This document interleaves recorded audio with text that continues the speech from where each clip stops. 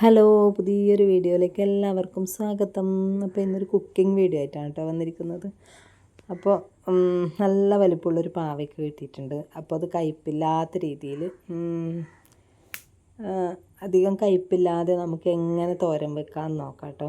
അപ്പോൾ ഞാനത് ചെറിയ സൈസിൽ അരിഞ്ഞെടുത്തിട്ടുണ്ട്. ഇതിലും ചെറിയ സൈസിൽ അരിയാൻ പറ്റുമെങ്കിൽ നിങ്ങൾക്ക് അരിഞ്ഞെടുക്കാം കേട്ടോ. അപ്പോൾ പാവയ്ക്ക കഴുകി അരിഞ്ഞെടുത്തിട്ടുണ്ട്. അരിഞ്ഞെടുത്തതിന് ശേഷം 2-3 തവണ വീണ്ടും ഒന്ന് കഴുകിയെടുത്തിട്ടുണ്ട് കേട്ടോ. 3-4 തവണ നമുക്കിത് നന്നായിട്ടൊന്ന് ഉപ്പൊക്കെ ഇട്ട് കഴുകിയെടുക്കാം. അതിന് ശേഷം ഇതിലേക്ക് ഒരു സവാളയുടെ പകുതി, 2 പച്ചമുളക്, 2 തണ്ട് കറിവേപ്പില, ഒരു 1/4 ടീസ്പൂൺ മഞ്ഞൾപ്പൊടി, ഉപ്പ് ഇതൊക്കെ ചേർത്ത് ഒരു 10 മിനിറ്റ് നേരം ഞാൻ റെസ്റ്റ് ചെയ്യാൻ വെച്ചിട്ടുണ്ട് കേട്ടോ. 10 മിനിറ്റ് കഴിഞ്ഞ ശേഷം ഞാൻ ഒരു പാത്രം അടുപ്പത്ത് വെച്ച് അതിലേക്ക് ഒരു 2 ടേബിൾ സ്പൂൺ വെളിച്ചെണ്ണ ഒഴിച്ച് കൊടുത്തിട്ടുണ്ട്. അപ്പോൾ നമ്മുടെ വെളിച്ചെണ്ണ ചൂടായി വരുന്ന സമയത്ത് നമുക്ക് ഈ റെസ്റ്റ് ചെയ്യാൻ വെച്ചിരിക്കുന്ന പാവയ്ക്ക അതിലേക്ക് ഇട്ട് കൊടുക്കാം. ആ വെള്ളത്തോടു കൂടി തന്നെ ഇട്ട് കൊടുക്കാം കേട്ടോ. അപ്പോൾ വെളിച്ചെണ്ണ ചൂടായി വന്നിട്ടുണ്ട്. അപ്പോൾ നമുക്ക് നമ്മുടെ അരിഞ്ഞ് വെച്ചിരിക്കുന്ന പാവയ്ക്ക ഇതിലേക്ക് ഇട്ട് കൊടുക്കാം.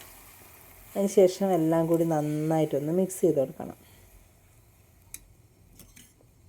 വളരെ എളുപ്പത്തിൽ ഉണ്ടാക്കാൻ പറ്റിയ പാവയ്ക്ക തോരൻ കേട്ടോ. കൂടുതൽ ഇൻഗ്രീഡിയൻസ് ഒന്നും വേണ്ട.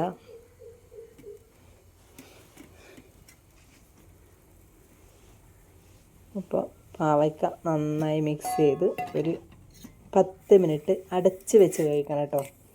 10 മിനിറ്റ് നേരം നമ്മുടെ പാവയ്ക്ക ഒന്ന് അടച്ച് വെച്ച് കഴിക്കണം. ആവശ്യത്തിന് ഉപ്പൊക്കെ ചേർത്ത്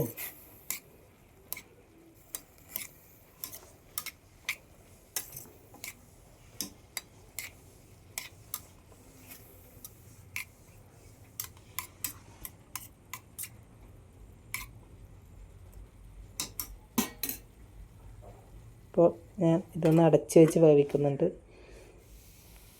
10 മിനിറ്റ് കഴിഞ്ഞതിന് ശേഷം ഞാൻ തുറന്ന് നന്നായിട്ടൊന്ന് ഇളക്കി കൊടുക്കുന്നുണ്ട്.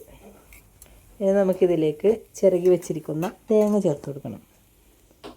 തേങ്ങ കൂടുതൽ ചേർക്കുന്നവർ കൂടുതൽ ചേർക്കുക. ഞാൻ ഇത്രയും തേങ്ങ എടുത്തിട്ടുണ്ട്. അപ്പോൾ ഞാൻ തേങ്ങ അതിലേക്ക് ചേർത്ത് നന്നായിട്ടൊന്ന് ഇളക്കി കൊടുക്കുന്നുണ്ട്.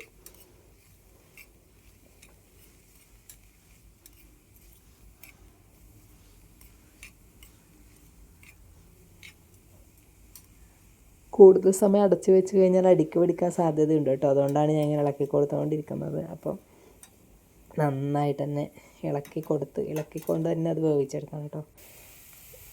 അതിന് ശേഷം 2 വലിയ അല്ലി വെളുത്തുള്ളി ഇട്ട് കൊടുത്തിട്ടുണ്ട്. അപ്പോൾ ഏകദേശം നമ്മുടെ പാവയ്ക്ക റെഡി ആയിട്ടുണ്ട്. പക്ഷേ കയ്പ്പ് കുറയണമെങ്കിൽ കുറച്ചുകൂടെ പണിയുണ്ട് കേട്ടോ. ഇങ്ങനെ നമ്മൾ പാവയ്ക്ക ഇറക്കി വെച്ച് കഴിച്ച് കഴിഞ്ഞാൽ ഭയങ്കര കയ്പ്പായിരിക്കും. അപ്പോൾ നമ്മൾ എന്ത് ചെയ്യണം, ഒരു 10-20 മിനിറ്റ് നേരം നമ്മളിത് അടുപ്പിൽ വെച്ചിട്ട് ഇളക്കിക്കൊണ്ടേയിരിക്കണം. അതാണ് ഇതിൻ്റെ സീക്രട്ട് കേട്ടോ. ഇതിലേക്ക് ഞാൻ ഒരു 1/4 ടീസ്പൂൺ മുളക് പൊടി കൂടി ചേർത്ത് കൊടുത്തിട്ടുണ്ട്. ഒരു എരിവിന് വേണ്ടി പച്ചമുളക് ചേർത്തിട്ടുണ്ടെന്നാലും കുറച്ച് മുളക് പൊടി കൂടി ചേർത്ത് കൊടുത്തിട്ടുണ്ട്. ഇനി ഇത് നന്നായിട്ട് എത്രത്തോളം നമുക്കിത് ഇളക്കാൻ പറ്റുമോ അത്രത്തോളം നന്നായിട്ട് ഇത് ഇളക്കി കൊടുക്കണം. ഒരു 10-20 മിനിറ്റത്തോളം നമ്മളിത് സ്പൂൺ വെച്ച് ഇളക്കി കൊടുത്തു കഴിഞ്ഞാൽ ഇത് എന്താ പറയുക, നന്നായിട്ടൊന്ന് ആ ഒരു എണ്ണയിൽ ഒരു മുരിഞ്ഞ ആ ഒരു പരുവത്തിലാവും. അപ്പോൾ നന്നായിട്ട് നമ്മൾ ഇളക്കിക്കൊണ്ടേയിരിക്കുക. ഇതാണ് മെയിനായിട്ട് ഇതിൻ്റെ കയ്പ്പ് പോകാനുള്ളൊരു ഗുഡൻസ് പറയുന്നത്. എത്രത്തോളം നമ്മളിത് ഇളക്കി കൊടുക്കുക അത്രത്തോളം ആ പാവയ്ക്ക തോരന് ഭയങ്കര ടേസ്റ്റ് ആയിരിക്കും. അപ്പോൾ എൻ്റെ പാവയ്ക്ക തോരൻ ഏകദേശം റെഡി ആയിട്ടുണ്ട് കേട്ടോ. നല്ല ടേസ്റ്റ് ഉണ്ടായിരുന്നു. സത്യം പറയാലോ, നല്ല ടേസ്റ്റ് ഉണ്ടായിരുന്നു. കൂടുതൽ കയ്പ്പൊന്നും ഉണ്ടായിരുന്നില്ല. അപ്പോൾ നിങ്ങൾ ഇതുപോലെ ഒന്ന് ട്രൈ ചെയ്ത് നോക്ക്. സൂപ്പറാണ്.